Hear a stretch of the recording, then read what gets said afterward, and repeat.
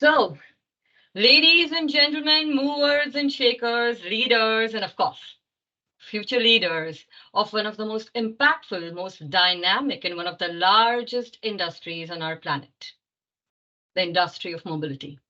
Such a pleasure to welcome you all today. I'm Jayada Pandit, and it is a delight to bring you all to Women in Mobility 2024.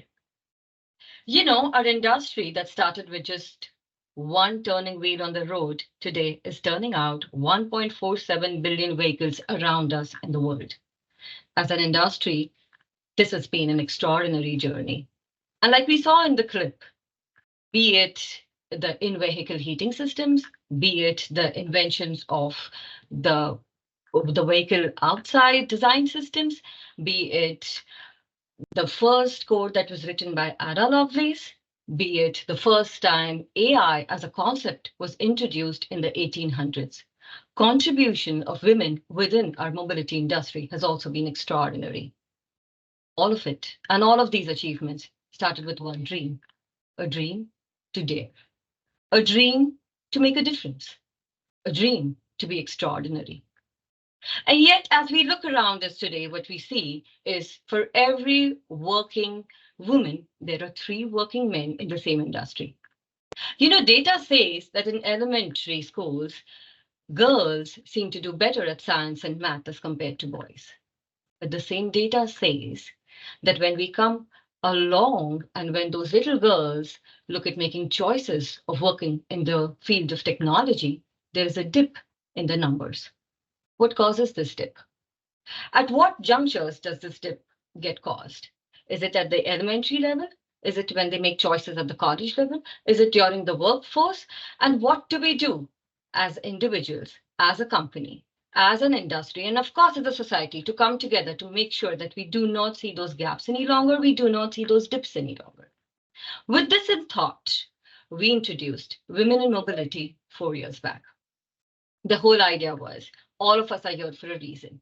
Somebody's here because you've had great teachers, great mentors, great parenting, right place at the right time, right company, right managers. I am where I am because of a certain reason.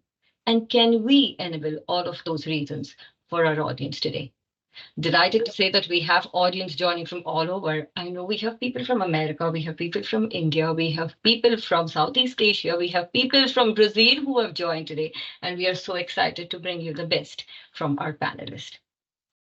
So this and a lot more as we actually jump into the next 90 minutes. But before we start, a warm welcome to our panelists who've taken the time out on a weekday to share insights, to share stories, to pour their minds, their experiences, and their hearts out to us. I'm going to welcome our President of Americas, Chinmay Pandit, who is based out of Michigan, but joining us from Indiana today to welcome our panelists. I must point out two things. Number one, when we came up with women in mobility as a concept 4 years back, the first person we shared it with was Chinmay. I think by far we can very happily claim that he's one of the biggest champions of diversity and inclusion at KPIT. The second shout out, of course, is for the team who I know is joining from Kellogg School of Business in Chicago, because here is your alumni member, and very happy to call him to invite up and welcome our panelist. Chinmay, up to you. Thank you. Welcome. We got more than 200 people participating, so welcome to all of you. Glad you're able to take time and kind of listen to this fantastic panel. And definitely a welcome to the panelists. I am always amazed to have so many of you with such rich experience and strong backgrounds come and share their experiences, come and push the needle to do better, all of you here. And I also want to appreciate some of our clients. I mean, Honda, General Motors, Cummins. It is fantastic that we have a consistent leadership participating in these conversations, and every person brings a new aspect, a new nuance to the situation, but the culture, the tradition, the push which is there in the company clearly comes through. So thank you again, everybody. I'm very excited to listen to this conversation. Like Jayada said, this is the 4th year. We'll keep getting better. Just from our point of view, from a KPIT point of view, we have been working on improving our DEI hires. last year we did about 50% of hires, a little more than 50% of our hires actually came on the diversity category, and it's been a fantastic journey. And we keep pushing the needle as to how can we get better. There is a lot of work we have to do to keep getting it better. I think that to me, there's always two stages. One, to get them in, but I think the more important or the harder battle is to help them find a home in the team, right? That is why they will stay. So that's an equally important battle, and would love to hear your thoughts on that as we go through the conversation. Thank you and welcome again. Back to you, Jayada. Thank you, Chinmay. We know you were down with high fever, and we really appreciate you taking the time out and joining. Thank you so much. Now, a few basics before we start with our questions. Just the flow of the event, we are going to, of course, start with our conversations and our questions for our panelists. We are really overwhelmed audience while you registered in. We have received hundreds of questions from you that you have already put in to ask the panelists. We are going to try to cover most of them through our conversation, but we do have a section of Q&A, which will be at the end. We will have 10 minutes dedicated, and when we open the floor to questions, please feel free to put your questions in the chat. Time permitting, we will try and pick as many as we can, right? And now we jump right in. So our first question, Grace, my question is to you. You know, we are in a dynamic industry clearly, and we are at a spot where we have not been for so many years before. We have AI coming in, we have electrification coming in, electric vehicles coming in, there is gaming console happening, green fuel, hydrogen fuel, fuel of the future, micromobility, just the number of elements, software defining the whole industry. You know, where do you see our industry going in the next 5 years? And what do you suggest we do in terms of skill set to align to that move? That's a great question. And before I get into an answer, let me just say thank you for the opportunity to be here. I am absolutely honored to be on a panel with such accomplished and incredible women.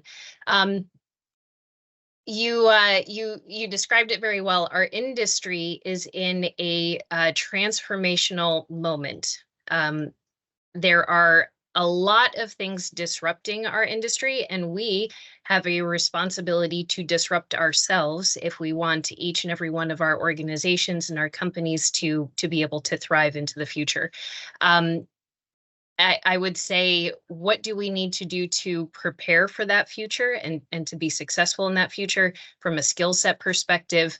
It cannot be achieved without diversity of skills, diversity of experiences and backgrounds and thought.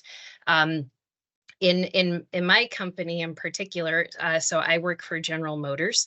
I love my company. I'm very passionate about our vision of zero emissions, zero crashes, and zero congestion. But we are really kind of grappling with this.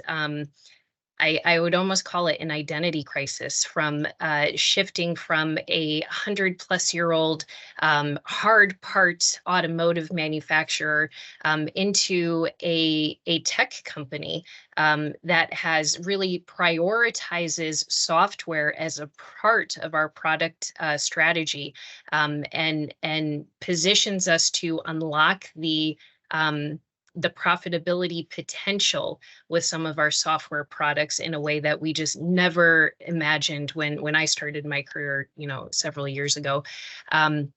So that has driven a shift in our approach to recruiting and talent acquisition. Where are we looking for talent? What kinds of backgrounds and experiences are we looking for? And it's been really exciting. I've learned a lot in the last couple of years from the talent that we've brought in. Does that answer your question? Absolutely does. Thank you. Nima, you come from the mechanical engineering side, right? And for me, it's very heartening to actually see a mechanical engineer. When I was doing my engineering, which was in electronics, more than 20 years back, we had one lady, one girl as part of their mechanical engineering section of our university. We have at least 2 today on this panel, and that in itself, I think, is a silver lining to the cloud.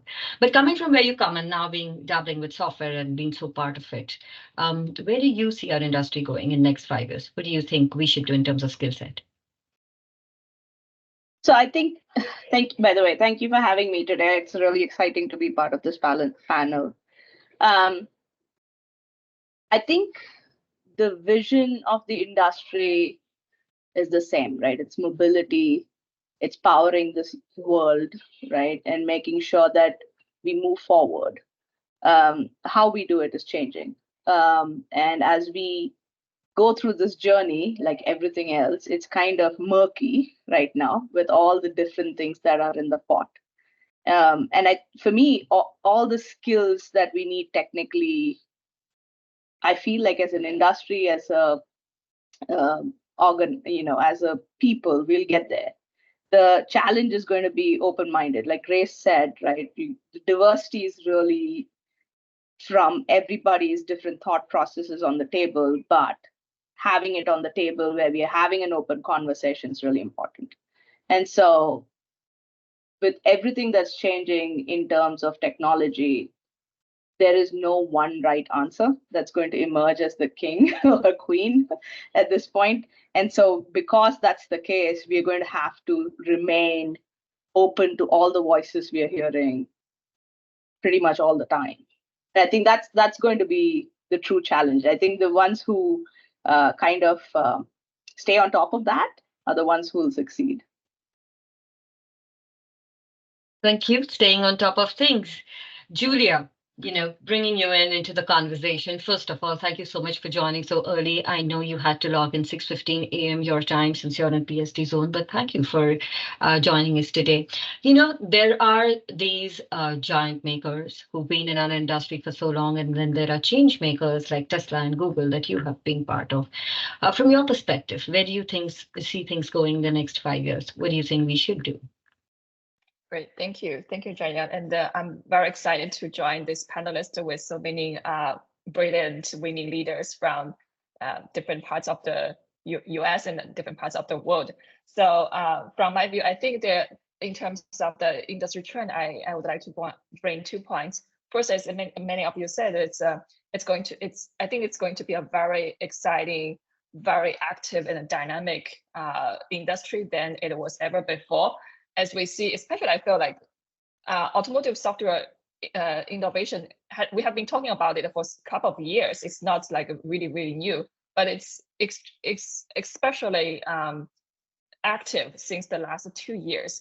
I've seen big parts, big techs, like Microsoft and Amazon as well as Google, like join the game. And I've seen many more startups right now.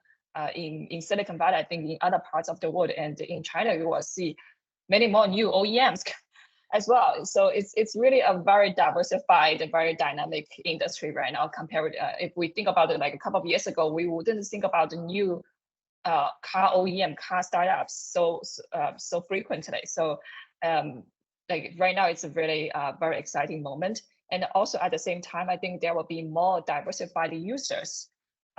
More users, women buyers, and from different parts of the world, they would like to buy a car for their first car or second car. So our users are also very diversified, and we really need to think about what kind of car do they really need and fits it.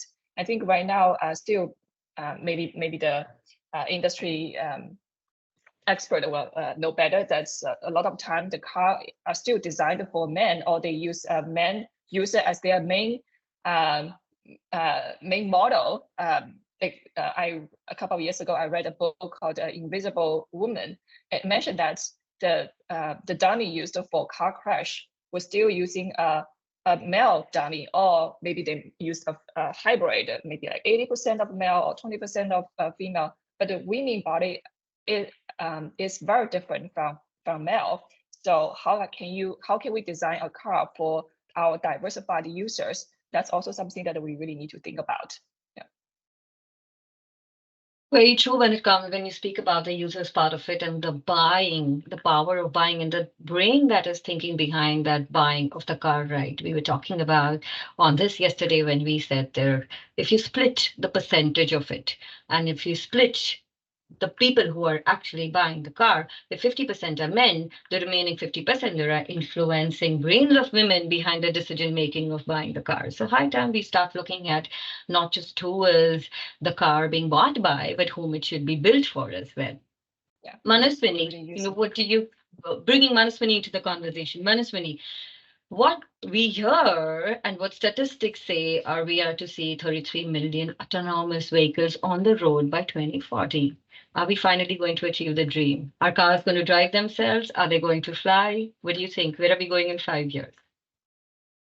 I mean, definitely we will have the autonomous vehicles running on the road and assuring more and more safety for everyone's life. And at least autonomous driving will not ignore the diversity. To Julia's point, because the system will not have any difference of seeing who is on board. It's a human on board or even a robot on board. All that is fine. So there is a trend where it was anticipated that by 2025 we will have at least level 3+ on the highways, and also there was a aspiration to get level 4 on the highways, but that has been little slowed because of the diversity that we face on the road, the difference of the signals, the signs, the construction zones, and continuously the infrastructures are changing, and that is very diverse across the globe. So the technology could bring what is the reality today, which is L2 plus and L3 already been tested and on the road. And as we are deploying these systems, we are learning where it is not working, where there is high number of crashes and for what. But from last 2 years, that learning has been significant. And now the industry knows what to do to get it faster. So I would say the journey, not even to 2033, but very soon we will see the more L3 plus, at least on the highways, running from all the car makers. Interesting. So our skills need to align to be able to accelerate this movement that we see going on the autonomous side. Meredith, what do you see when you actually interact between corporate and government? What is government's take on the way our industry moves? As an industry, we tend to look so much inwards, and if we are looking outwards, it's mostly on the consumer side, on the buyer side, right? But what's government's take on this? I think that government right now is really excited and interested in what's going on. Yesterday, I sit on the Ohio Governor's Executive Workforce Board, and mobility and the auto industry is a constant subject, especially here in Ohio, with Honda and announcing some of our battery technology, announcing a battery plant that's going to be built in Ohio. So the government here in Ohio is really on board with and supportive of the automotive industry and where we're going. They are constantly working to help support some of the advanced manufacturing needs that we have. Just recently, the Ohio governor put in, I think it was $200 million for $200 million for equipment for CTE programs for high school students to gain some advanced manufacturing experience. So the $200 million that they just funded, and that was announced this week, that will impact 10,000 more students in the state of Ohio. And the importance of that is, how do we also make sure a lot of those are women? And when we go to students, one of the main things I hear students say, oh, I don't know that I want to work in the auto industry, or I don't know that engineering's right for me. And what I say to those students is, how many things do you interact with in your life that you feel weren't made for you or that don't fit you? And they say, oh, well, yeah, I guess you're right. My watch band seems very large. And I say, okay, well, that's where we need women to come in, and we need them to be a part of the design, come to the core, because otherwise those things won't change. But I think in general, government really does stand behind us in the mobility industry. They're really a part and supportive of the activities that we're doing. So I'd say we're working hand in hand with them in a lot of ways. You know, the very pertinent question that you mentioned, right?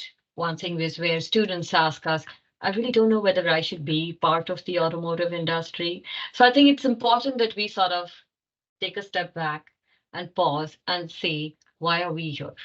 You know, what were those influencing factors for us when we started our journey, right? As women, as little girls, why STEM? Why automotive industry? What were those influencing factors? Where did we learn to dream big within STEM?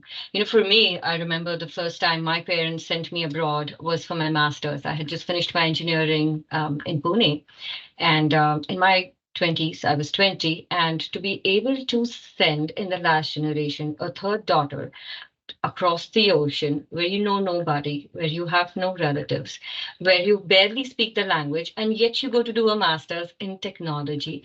That's where I think you pass on the legacy of courage and to dream and to know that you make that jump if you really want to make that jump. So what about you? Where do you think, Grace, we'll start with you. If you could take us back to your childhood and mark out that one influencing factor, why STEM? That's such a great question. I grew up in New York, and I spent a lot of time on the Hudson River, which is one of the most polluted waterways in the world, to be honest. I developed really early on a passion for environmental stewardship. And I actually started my college career in environmental biology. And as I learned more about the career opportunities and the way to apply that particular degree, I found that, I could study a lot, I could learn a lot, I could, spend a lot of time asking for money and grants to do research, but I couldn't really impact society and impact the environment in a way that in the way that I wanted to. So then I transitioned to environmental engineering, and it kind of came to the same conclusion was if I really want to to have a big impact and to do something meaningful for the generations to come, mechanical engineering was probably the best way at that time for me to do that. And I thought, I never wanted to join the auto industry, to be honest with you. That was not my passion. I'm not a car person. I like them now, but that's just not, it was never really my interest.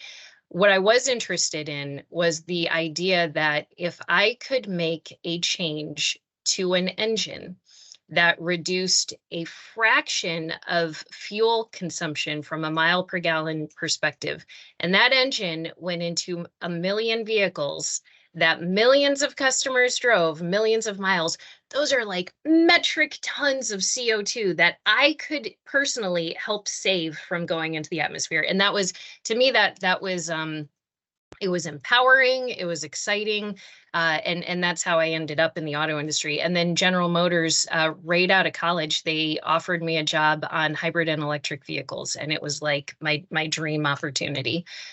So that's my story. Wonderful to know. Like we keep saying to students at our end as well, right? If we can put an impact of measure to what you do from morning to evening, and where you go back and say, yes, I did my little bit for a better world tomorrow. That's what counts. And I think our industry, like you very rightly said, probably enables that and empowers us to be able to give in that contribution. Ashley, what about you? I think you've had a very wonderful journey, right? When it comes to whether it is interactions with Honda as a big company, interactions with Rivian as an interesting company coming into the game, and then counseling on careers, right? Can you tell our students who have joined today, why technology? Why technology? So funny enough, little known fact, I was a biology major as well, Grace, as I started that. So I loved the ability to kind of see what was going on in the world around us. I found myself, I love working with people. So I found myself working in recruitment at first, and then loved, just stumbled in kind of like Grace said, to the automotive industry. It was never like, ooh, I'm going to go work in, mobility. But I loved the passion that people around in technology had and the excitement and their ability to change the world.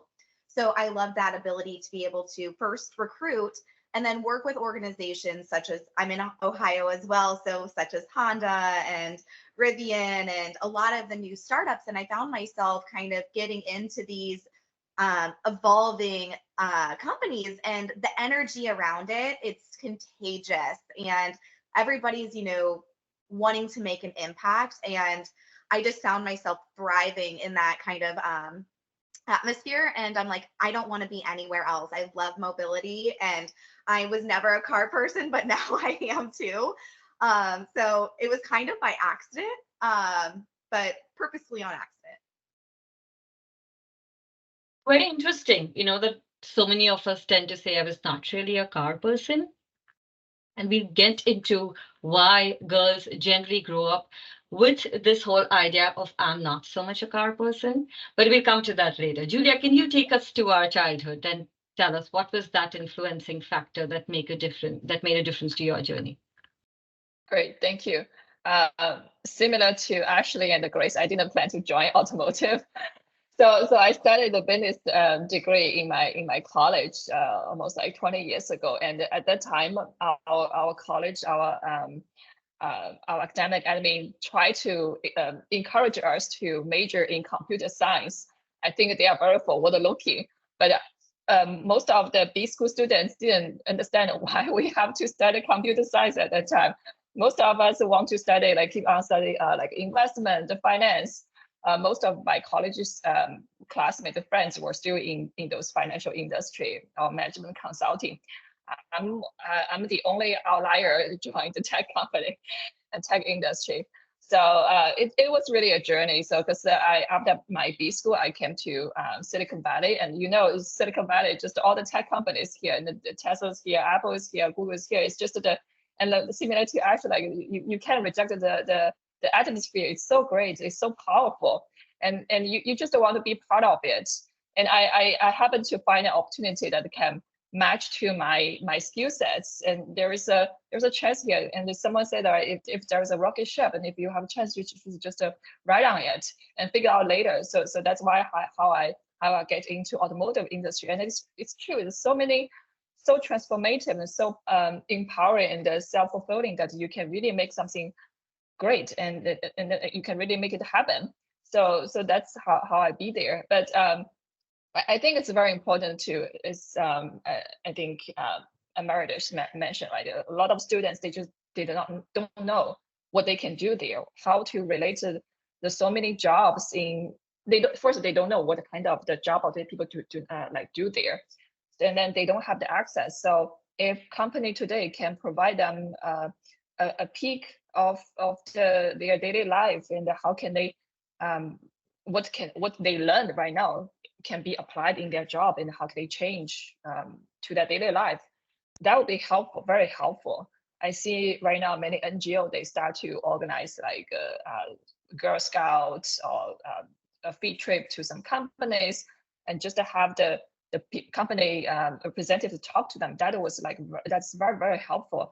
Many of us didn't have the luxury when we were kids. So I feel that if there are any students here today, like in this event, you should totally take the advantage of it, because that would be really wonderful. Yeah, thank you.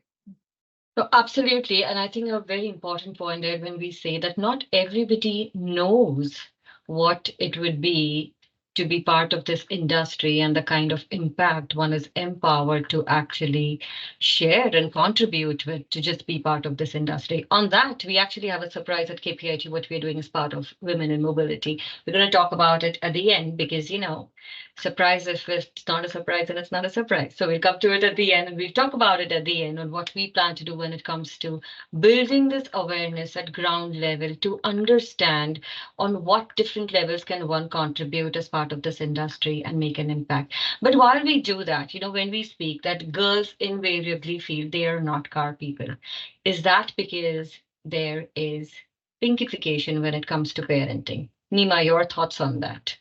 upbringing and how it affects choices for girls?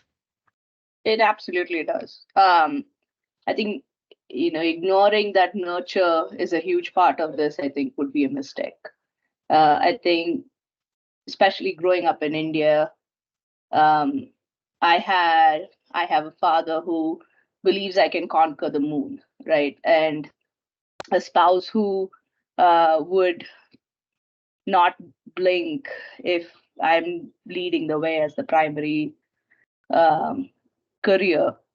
That is rare in India, probably rare across the globe, but it is really rare in India. And so, knowing that that is the case, knowing the messaging that we have in the society, knowing the statistics. I mean, I saw a statistic just a couple of weeks ago that India could add around $700 billion to its GDP by just increasing the women in the workforce. The participation rate is so low. There's a huge part of nurture in that, right? There are universities. I mean, I see the stories across the globe. I mean, I work in the women in STEM space, women in leadership in STEM space, a lot for Cummins and outside of Cummins. And the stories, there are different reasons why we don't have the participation rate across the globe. We don't have enough young girls who want to do STEM in Europe. We don't have enough pass out, engineers passing out in US. It's not equal. In India, you have the pass out rate. You have women who do engineering because STEM is such a huge part of our education system. But you don't have the workforce participation rate. And so there has to be a change in the way we are talking to the young women. There has to be a change in the way we talk about STEM. It's not something particular. It's a part of life. I don't think we ever asked the question, right? Why STEM to our male colleagues? and that is a huge part of what this conversation is about. Is basically saying, there is nothing that is one portion of of course there are arguments about biology and things like that, but we can argue about a lot of things, and I think it's more excuse than reason. But unless we change the conversations at tables across the globe, this is going to be a very long journey. Very true. And I would love for all of us to be in that space where we no longer have to ask this question, why STEM, to anybody, be it boy or a girl, waiting for that moment. But while we do that, Grace, coming back to you, you've spearheaded 27 cross-functional projects and being part of the groundbreaking Chevy Board project, right? I'm sure it's been a very, very interesting journey. So if we now move on to that journey that a woman goes through once she's part of the mobility industry, what, according to you, have been the core success pillars of your journey? What enabled success? I've had some really great mentors and some really great champions. And similar to what Nima was saying, my dad believed I could do anything. He would tell me, you could be a president, you could be an engineer, you could be a CEO, you can do anything. And my mom had her own career and she worked very hard, and it was, I had really great role models, great support system at home today.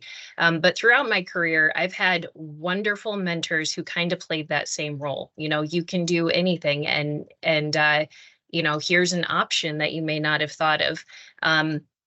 There was a point in time where I had a senior manager who I worked for. I was hugely pregnant at the time, and this person had a heart of gold, but just didn't really think before he spoke. Long since retired, and I remember I was very pregnant, and he told me that the best way to raise your children is to have the mother at home. And the problem with promoting women in engineering is that you promote them and you invest in them, and then they just want to go off and have babies, and then your investment is gone. And I remember leaving that conversation in tears, in absolute tears. And I immediately called my direct leader, and he said all of the right things. He's like, okay, first of all, you are wonderful. You are doing a fantastic job. Your career is your career. Your family is your family. Like, don't even listen. There was HR follow-up, and he followed all the right things, supported me in that moment. And what was really a pivotal turning point for me was coming out of that. I had the opportunity to work with a director in human resources who had 3 children, was hugely successful.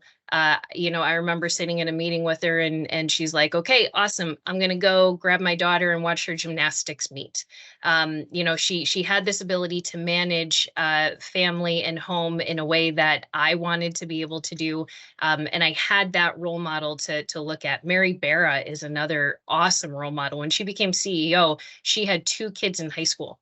And I remember just thinking at the time, like, is that possible? And it was, because she did it. I got to watch her do it and see her lead this amazing organization, and balance both of those things. And when we can envision what we want to achieve, we are much more likely to be able to achieve it. And so, yeah, I think I've had a lot of really good male mentors and champions in my career, and I've had a lot of really amazing women leaders that mentored me, and that I could look to as an example of what was possible and what I could achieve.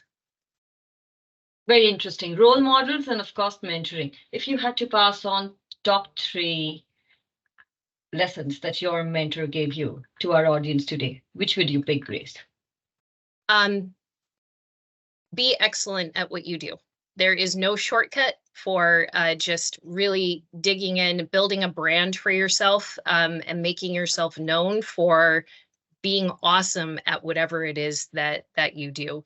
One really good piece of advice is people support what they help to create. If you want to get broad engagement and you want to get broad support on something, bring people in. Don't work on it in a silo and then roll it out. Bring everybody in, and listen. And I don't know, probably just, you can do anything. You can do anything. Leadership is influence, and everybody has influence. Everybody has the capacity to lead. You're doing it today, whether it's at home or in your community or in your job. We're all leaders, and we all have the ability to improve our leadership skill sets every day. Fantastic. Meredith, what do you say? For success factors along your journey, what would you attribute it to? Years ago, I started thinking about, women at work and how we balance work and home. And I think it came right around, having children. It's a pivotal moment in our life. And I decided it's a lie. I decided there's no such thing as balance. The way that I look at it and the way that I educate people on it is consider all of the things you have to do, whether they're personal or home, or things that you just want to do, and picture them all as balls. And your job is to juggle them. And knowing which balls are glass and which are plastic is really critical. The glass balls can't be dropped because they'll break or they'll crack. The plastic balls can bounce, they can hit the floor, no impact. So sometimes, and I'll use some real life examples here, but sometimes volunteering at your child's school's PTO plant sale, that's literally going on for me right now. That's a plastic ball. That one can drop, it can hit the floor. I can write the check instead, right? Knowing that exists and that's plastic, I don't need it to take up headspace. I don't need it to burden me so much. I'll say the glass balls right now are going to my child's parent-teacher conference tonight. That's absolutely, that's necessary. I have a child with ADHD. I need to understand that she's progressing correctly in class. That is glass. However, There are times when that glass ball of going to hers is going to change, because a glass ball of my leadership telling me they need this proposal tomorrow, and I have to finish and I have to have it prepared, that becomes glass, and being able to balance that. And knowing and trusting that my spouse and my partner is an adult and he cares just as much about our daughter's well-being, he's also going to be there and to take it. So I can turn that glass ball of being at her a parent-teacher conference, and it can become plastic when something else becomes glass, right? And you also know, as women, we have 1,000 things that are glass at any given time, right? But just being able to identify which ones you feel are glass and plastic. I also say there's going to be times when your mental well-being is going to be glass, and cleaning your bathroom because you cannot get through the rest of your day without that space being clean, that may be glass too, right? So having that ability to balance all of that is really real. And I think that it's important for us all to remember that, you know, what you're seeing on the surface for someone is not exactly reality behind the scenes, right? It could look like they're balancing and they're doing everything and they're getting it all done, but know that they may have help. They may have something else going on. So anyways, just I think that to me was really important to learn, that the balance is not that, you know, the scales that we all typically think of. It's, to me, it's really more juggling. So very important. I think the elephant in the room just got addressed, because I seem to feel that there can never be a discussion amongst women without somebody throwing this question at us about, you know, can women have it all? Can it be balanced all? And I individually, personally, I feel it is funny, because I do not think even men have it all. You know, I'm sure we see men in C-suite too who have probably missed their kids' birthdays, have missed their anniversaries, do not remember what was the day when their little one took the first steps, you know, and couldn't actually hold their little baby close because he or she had fever and they were traveling and they were on a call. So it's interesting that we should still get asked this question about, can we have it all, and can we balance it all? Nima, what do you think? It depends on what you define as all. I think for me, that's the bigger piece, right? It's about, don't make this competitive. Don't make it as a comparison with what the definition of what other people think all looks like, and make your own definition on what that looks like. And I love how Meredith put in and saying, you know, being at the parent-teacher meeting and trusting that your spouse also cares about your kid, right? Sometimes that's hard. But it's basically, you know, giving yourself grace in this whole process, while you are trying to figure out what your all looks like and what you want to achieve. And knowing that when you look at somebody, and I love, again, Meredith, how you put it, when you look at someone from the outside, know that their priorities, what they care about, what success looks like for them, what their all looks like is maybe completely different from yours. And acknowledging that and giving yourself grace in the fact that you may have a different hand dealt. You have different cards that you're playing with. And so you've got to kind of play your own hand and figure out how to win with it. And so that's kind of what I would say having all. And I think most of it is giving yourself grace and not feeling guilty about things. Oh, absolutely. I think said it very right when it comes to defining our role. And maybe as not just women, as men and women, everybody in the workforce, I think if we can start with defining our all, we can have it all, just maybe not all at the same time. But, you know, when we try to balance it at work and when we try to do our home duties at work, Ashley, my question to you is, do you think what you do at work makes you a better mom at home? You know, there are so many things that we actually take back home as well as mothers, right? What do you say? Oh, absolutely. Yeah, no, I absolutely think that what I do at work makes me a better mother.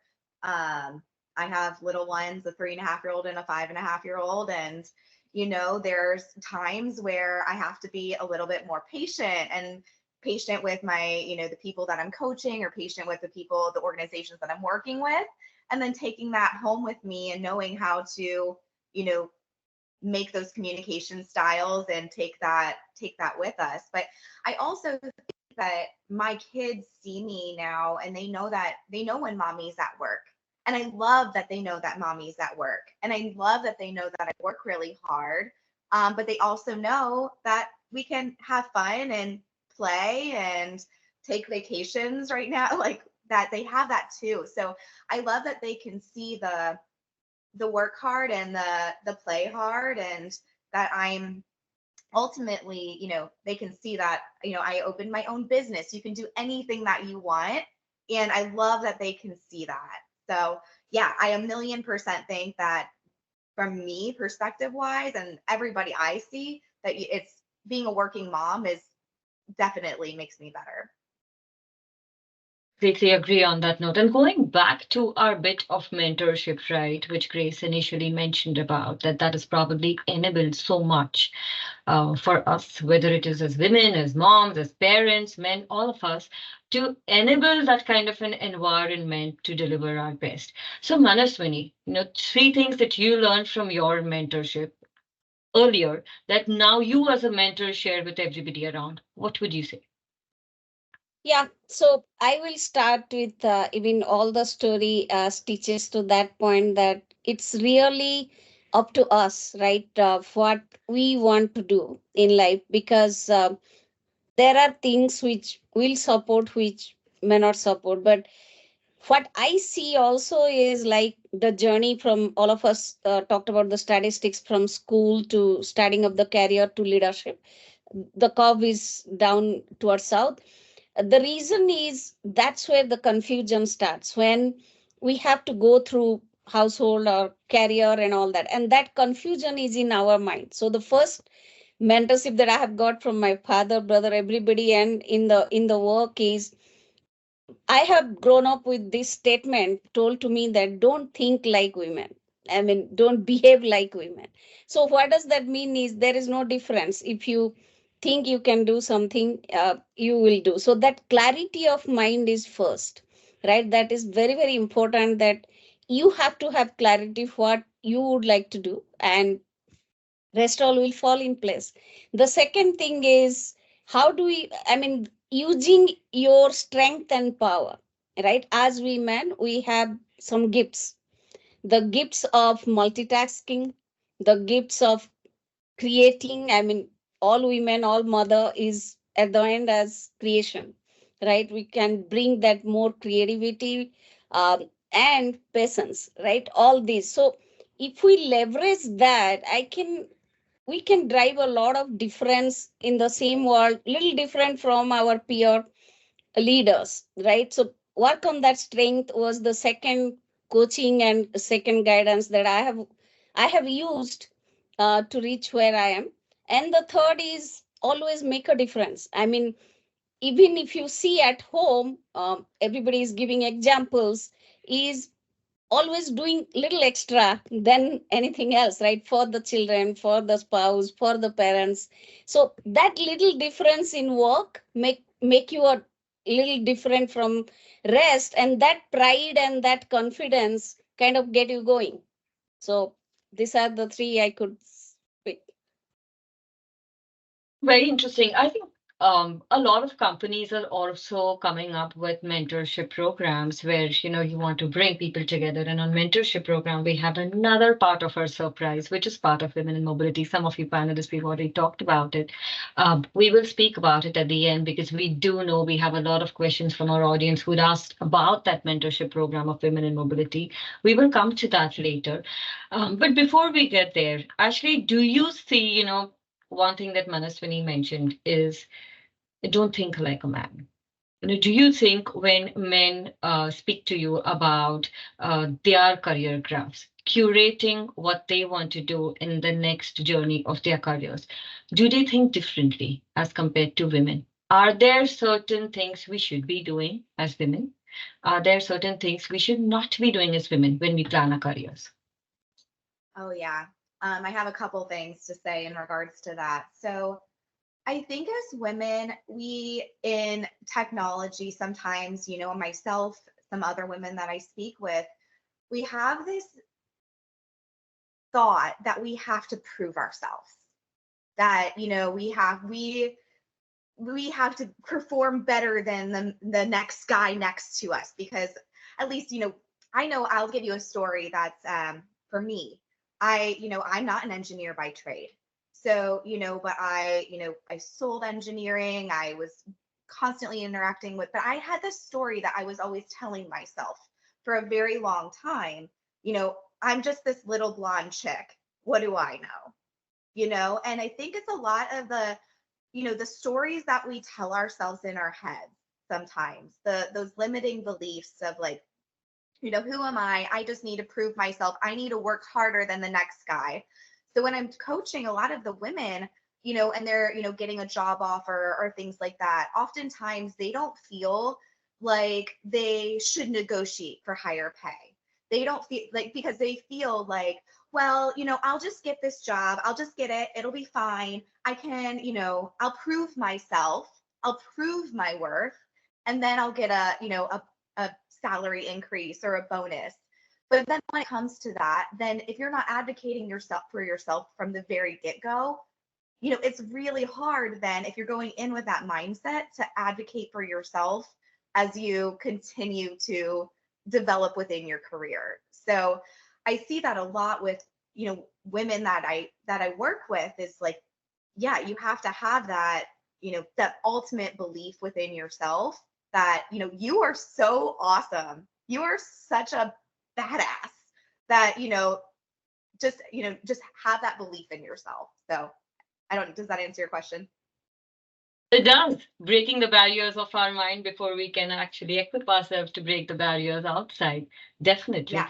In the whole process, when it comes, the other thing that we hear, right, and I've heard a lot of this from my female team members as compared to the men around, right? A lot of times what is said is there's a certain bro code, right? There is brotherhood. When there is negative feedback that a man would give a man, it is taken in jest. But if a woman gives the negative feedback, it might or might not be taken in equal jest. Sisterhood seems to be missing. Is there a certain way in which all of this put together, conflicts should be managed any differently at work? Grace, what do you think? Conflict management, best way to handle it? Oh, we're gonna get real. So I have 2 boys and a girl at home. And I, as we all do, work in a male-dominated industry. I do think that there are differences in how women give and receive feedback and how men give and receive feedback. Like, I will watch my husband do this with his friends, right? He will say something and I'm like, how could you say that? Like that's soul crushing. Why would you say that to him? Oh, it's fine. And it is. And they just move on and things are fine. Like myself and my girlfriends would never, ever speak that way to one another. In a professional setting, feedback is feedback. And and as long as you are coming from a place of good intent, and you have built a relationship of trust, and you're truly, honestly trying to help a person improve, I think you can give candid feedback to anybody and have it go well. In terms of the sisterhood and the brotherhood, I've heard it referred to as the good old boys club, and it is real. Like that exists. And it's hard to, I saw it all the way back as an intern, and I still see pockets of it sometimes in the greater tech community. And I think what I've personally experienced from a sisterhood perspective is it kind of, there's like one of 2 flavors that I've experienced.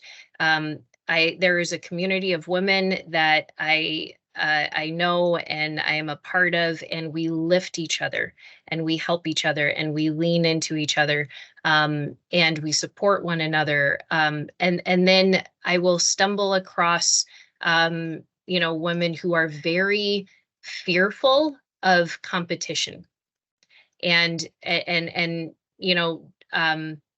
kind of don't prefer to participate in the sisterhood community, and it kind of breaks my heart. And I don't know if I've really found a solution to that or a way around it, but I do think it's of the utmost critical importance that wherever possible, we do lean into each other, we do support each other, we do help each other, we do provide good, useful, candid feedback to one another to help each other improve.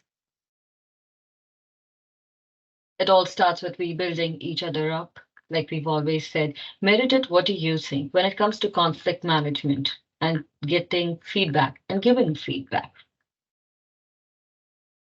That's a great question. I was one of the first female leaders in my area, and there were about 70 people. This group had been established for a long time. So to think I think it was 2018 was the first time that inside the engineering organization that I was a part of, that there was a female lead, is a little bit jarring to hear. But we very early on, I had to give some feedback during performance reviews.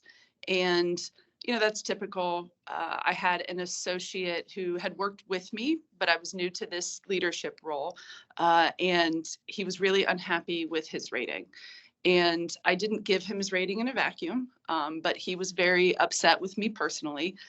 So, he questioned, why would how could I understand how complex his work was? And I thought, well, okay, so we sat down, we had a follow-up meeting, and I let him know, I received this from your peers. I received this from your technical expert. Here's the feedback. It wasn't just for me, but also I did your job for 10 years prior to taking this role. I fully understand the work that you've done, and I fully accept it. I'm happy. Let's talk through it. But also, there was that tinge of, well, you're the female in the group. You're the only one. How do you know all the complex things that I've done?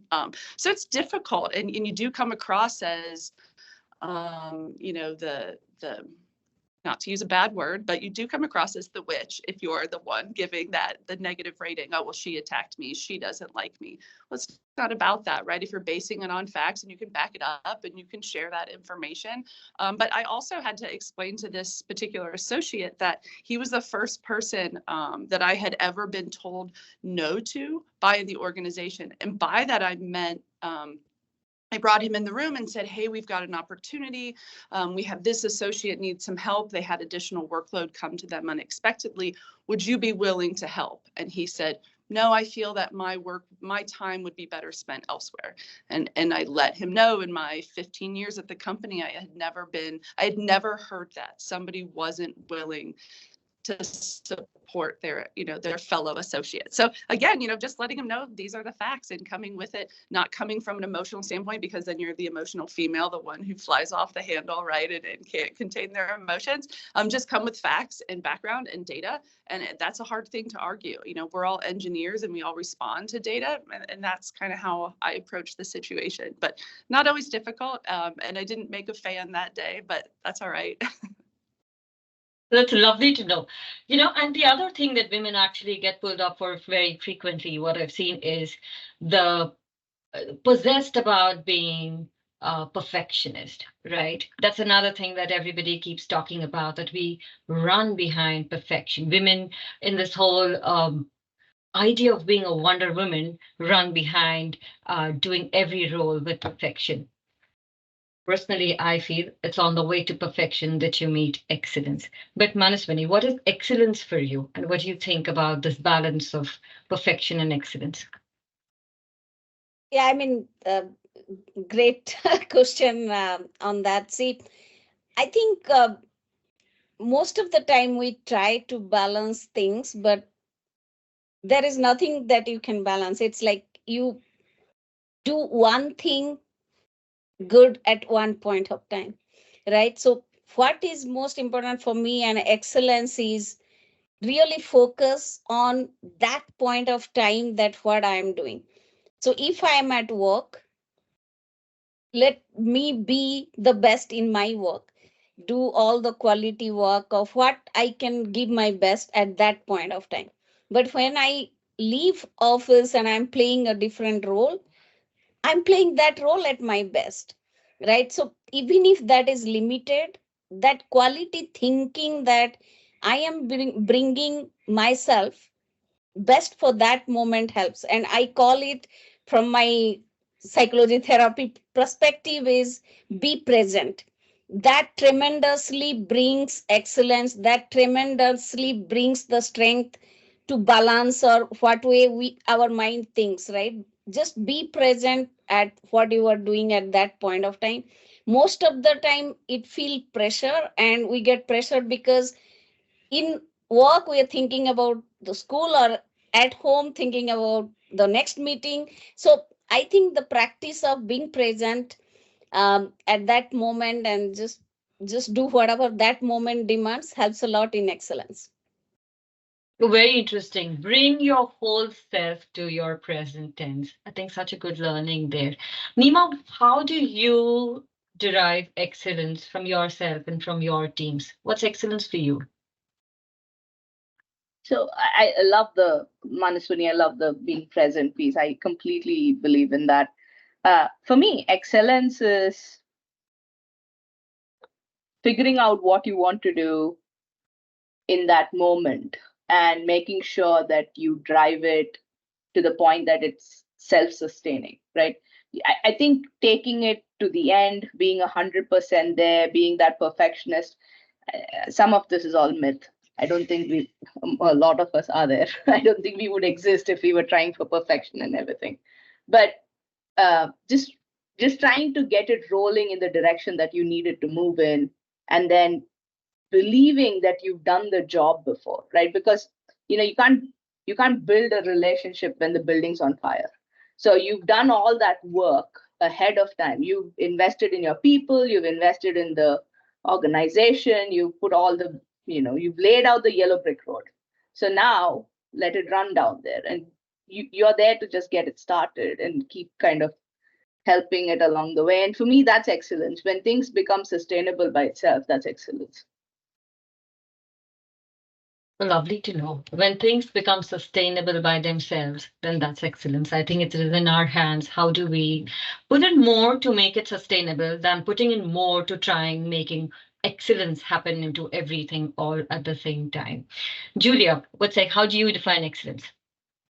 Yeah, similar to Nima and Manavu's statement comments, I think is you really need to define what's your standard or thought about excellence. You need to identify yourself. Don't let other people to tell you cannot do something. Like girls cannot do STEM, and also at the same time, don't let someone else to tell you must do something. You need to define what you want to do now and for your future. You need to identify yourself, and you want to identify your capacity and to think about how you achieve that. So that's everyone's own journey. That's everyone's own dream. So don't let other people to identify you. Yeah, that's my thought. Thank you. We're going to touch upon one last topic before we go to our fun rapid fire round. And I've been keen on really listening to thoughts around this topic. So the whole piece about mental well-being, the whole piece about leaders knowing that there is a vulnerable part to themselves and how much of it, we are ready to share with the world. I shared an incident which happened. This was way back when I was very new to the organization. And as a new early 20-year-old, I walked into the organization, walked into the floor every morning, said, "Hey, good morning. How are you?" I was just happy to be there, right? Little kid out of college and just happy to be there and do what I could. One of the days when I actually opened the cabin of one of our women leaders who was there, and I said, "Hey, good morning. How are you?" I said, "You really look tired today." And she started crying. The minute I said, you look so tired. She started crying. I closed the door and sat down, just trying to absorb what is happening because this was somebody I didn't know very well. I said good morning to her every day, and this is one of her top leaders who was actually handling operations globally, right? And here she was crying, and then she said, after a long time, somebody's actually asked me, how am I doing? And saying that I look tired.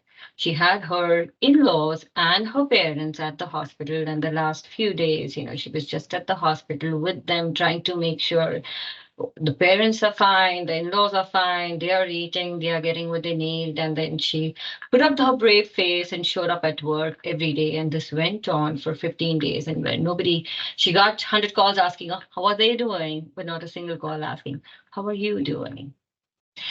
So as I got up and actually gave it a hug, what I realized is it is we women, who can bring together the broken pieces of our heart to build each other's minds. All that is takes is one step. So Grace, your thoughts, have you ever shut the door, crying, breaking down, and what pulled you back up? Where does your mental strength and the urge to keep the drive on come from? Mental well-being. That's a really important question. When I was promoted to executive, my children are young. There's a lot going on in my home life. One of my best friends, her husband had just been killed in a motorcycle accident, unexpected, and I kind of spiraled from a mental health perspective. I was, who am I in this role? What I identified with as a manager suddenly was different as a director. My relationships, my friendships at work had changed. I was questioning, life is so fragile. Why should I spend so much time and effort and energy on this one thing, as opposed to to everything else? What is the meaning of life? I mean, it was deep. It took me a long time to get through it. What I learned was, and I think Meredith said it earlier, self-care is of the utmost importance. For me, that means going to therapy regularly. It means having a very grounded prayer life and having a very strong spiritual perspective. It means keeping care of myself physically, getting outdoors, exercising when I'm able to, doing yoga, and it also means, like Meredith said, about just making, if it makes you feel better to clean your bathroom before you leave the house, then clean your, for me, my kitchen counters have to be clean before I go to bed at night. Otherwise, I cannot function well the next day because my brain is halfway there. And so, I think it's, we have to take care of ourselves in order to take care of others. And that probably means something a little different to every individual, but don't be afraid to ask for help. Don't be afraid to seek help. Don't be afraid to talk to a therapist if you need to, and really set aside time every single day to make sure that you are replenishing your needs. Very well said. You know how I replenish my Monday mornings? I need my vitamin C, which is basically coffee, but I love that. Nima, your thoughts on mental health and mental well-being, especially for women? Yeah, I think as women, because the way we've been nurtured in the society that exists around us, there's immense pressure that we put on ourselves.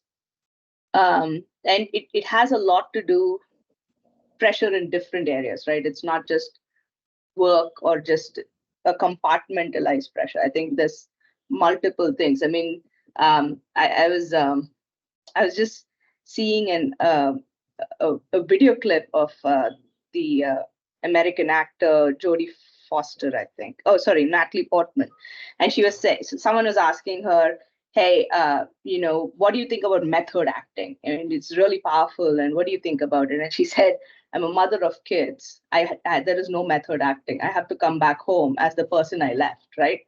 And so, and that's such a powerful statement right there, right? And it's saying that, questioning the basics of what she is as an actor when she's saying these things, but it's a given expectation. You do have to come back to your kids. You do have to come back as the person you left and went. And so there's all this pressure that exists just in terms of being part of a society, but also that you put on yourself. And so at some point, you have to say, okay, this is what I'm going to do. It will be the definition of what I want to do and how I want to do it. And that means it may not be part of the norm. It may not be part of what the general traditional definition of it looks like. Like, I'm in India. I am running my home, running work and all of that. I don't cook. It's very non-traditional for you to say that in India. I have a village that supports me and I'm not ashamed of it. I pay for it.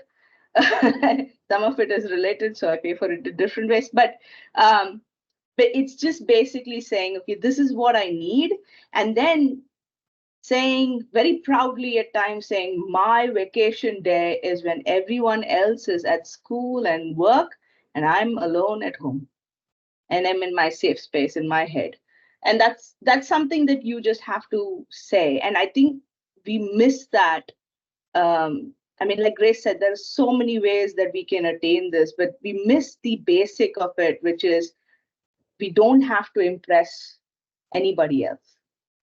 And that, for me, is like the biggest banner for mental health, right? It's you're already doing so much. You are powerful. You have to believe in that. Being self-assured, I think, makes a big difference. Thank you so much for that, Nima.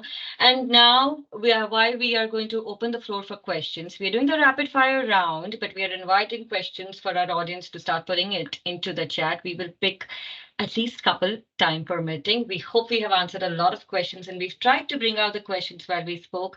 But while the questions start in the chat, we are panelists going to move to our rapid fire round. It's a very short round. It's supposed to be a fun round, and we're looking forward to some really nice questions. It's going to be quick. Are we ready? All right. Grace, complete my line. I am where I am because.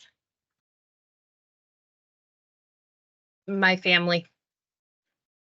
Nima, complete my line. Gender bias in our industry. Exists. Definitely. Julia, true or false? Diversity drives innovation. Of course. Ashley, complete my line. Girls in stilettos. Rocket. Love it. Manuswini, they say pink is for girls, blue is for boys. What do you say? I would say more red, think, dream big and think big. And paint the town red with your dreams. Why not? Great. They say it's a man's world. What do you say? Lies. Nima, work-life balance, real or unreal? There is no balance. Meredith, perfection or timely performance? Pick one. Timely. Grace, complete my line. A great leader. Is me. Is you? Completely agree. Fantastic. Manuswini, a great company to work for or a great mentor to work with? Pick one. Both, I guess. A great manager and a great mentor with a great company. We are all game for that. Yes. Ashley, they say the faster she climbs the career ladder, the sooner she hits the glass ceiling. You say? No way. Keep climbing. No way. We say shatter the glass ceiling. I Yep. said, Manaswini, behind every driverless car is? An on-scene woman in mobility. Oh, yay to that. The world of mobility. It's of course diversity. It is incomplete without diversity. And future of mobility and diversity. Of course, it's KPIT.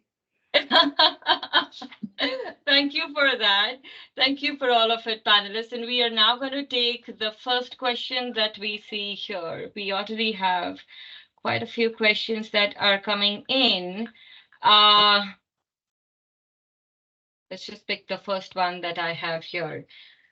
Question is being asked from Bangalore, India. And she says, a lot of times I get laughed at for not having the kind of language skills that I should have.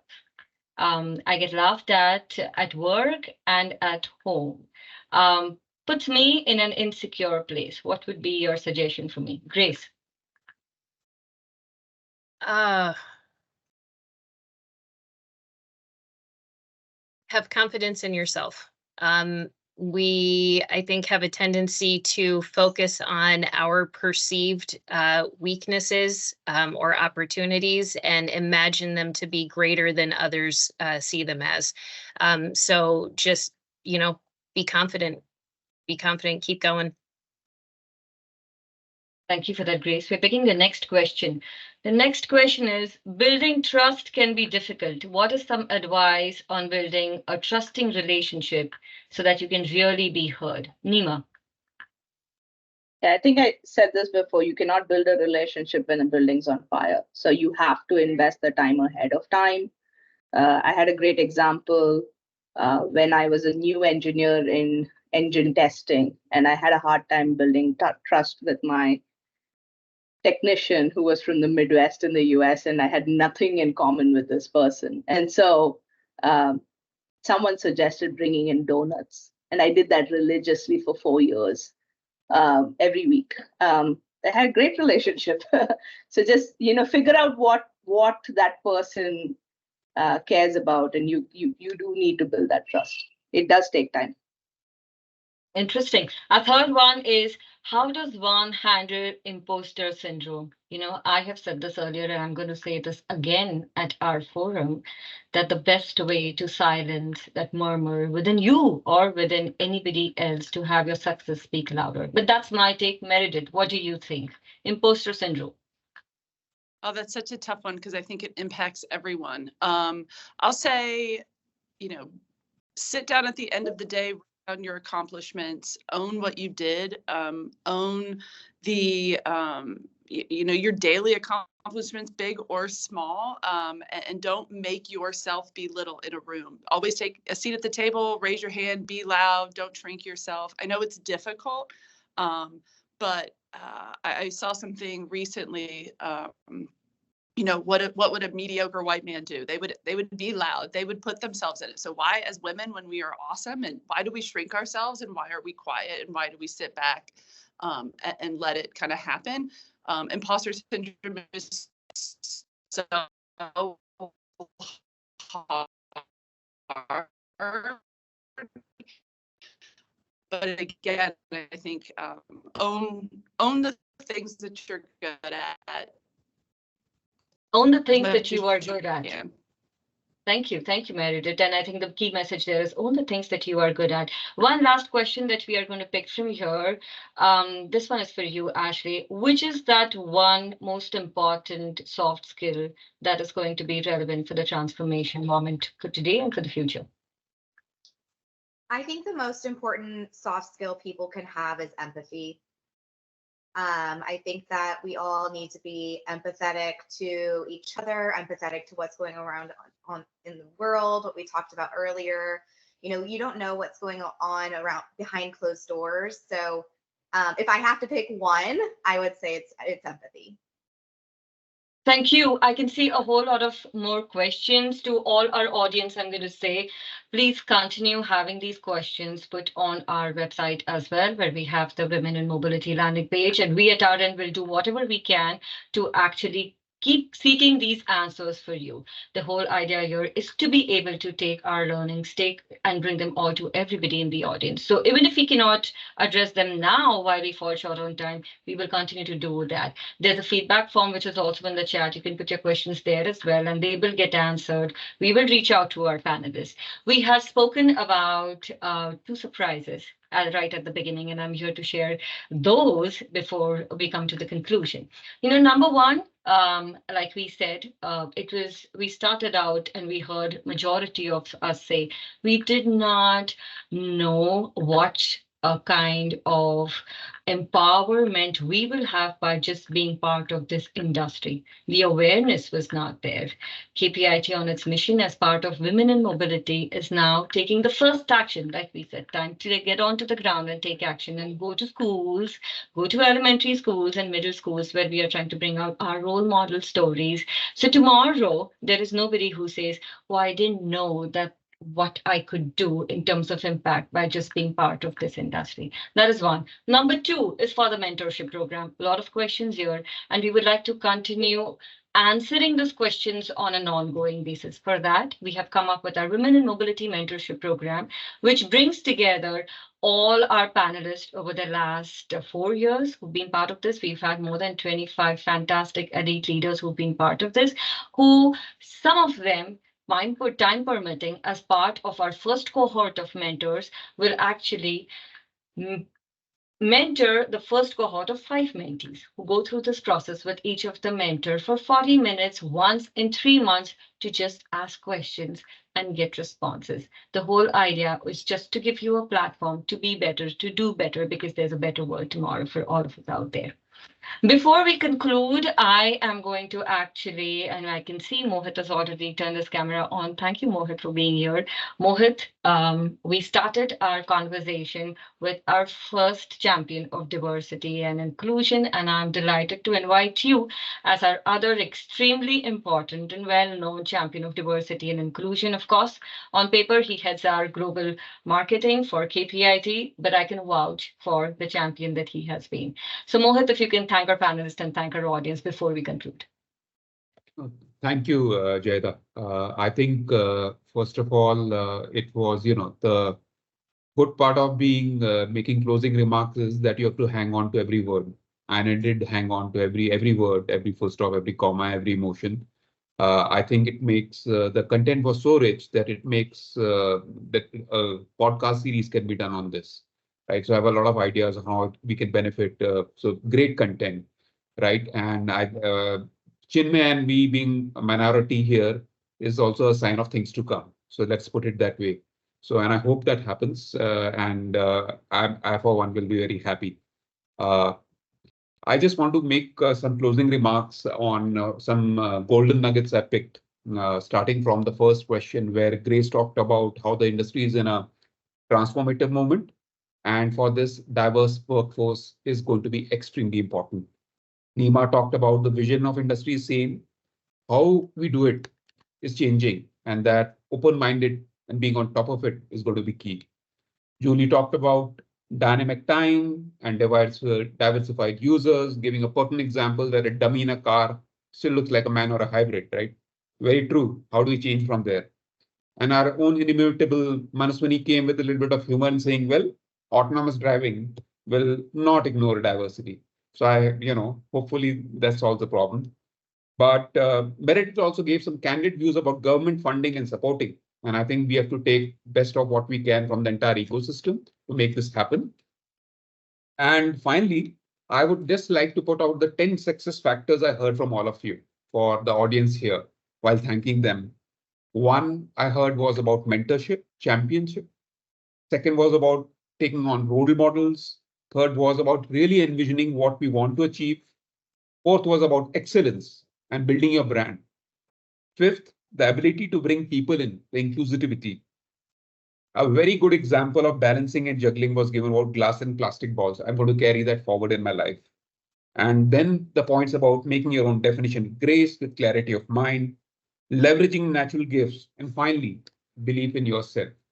And to me, I think the final word was what Nima said, that she grew up to conquer the moon. And I hope all of us together can give an atmosphere or an environment that everybody can, including the diverse workforce, the ability to conquer the moon. So thank you from all my heart, panelists, enriching session. Thank you, audience, for a patient listening. You've been there for together more than 90 minutes. So thank you, Jayada, for letting me make the closing remarks. It was a pleasure. Thank you, Mohit. And we are really looking forward to all the leaders following your path. You've been a role model for everyone, and I hope everybody takes the clue from there. As a conclusion to our wonderful 90 minutes, I'm going to say the future belongs to those who believe in the power of their dreams. The future belongs to those who believe in the power of diversity and inclusion. The future belongs to those who believe in the power of being extraordinary. Because the only difference between that ordinary and extraordinary is going that little extra. So if I must confess, then let me add, I am where I am because I seek that little extra mile to push the ordinary towards extraordinary. So on that note, leaving you with that thought, thank you very much, panelists, and thank you everyone from India who joined so late. Thank you everyone from Thailand who joined so late. Thank you everybody from Europe. You're driving home, drive safe, and of course America and Brazil and everybody on this side of the world. Have a lovely day ahead. Thank you, people. Signing off, Jada for KPIT Technology.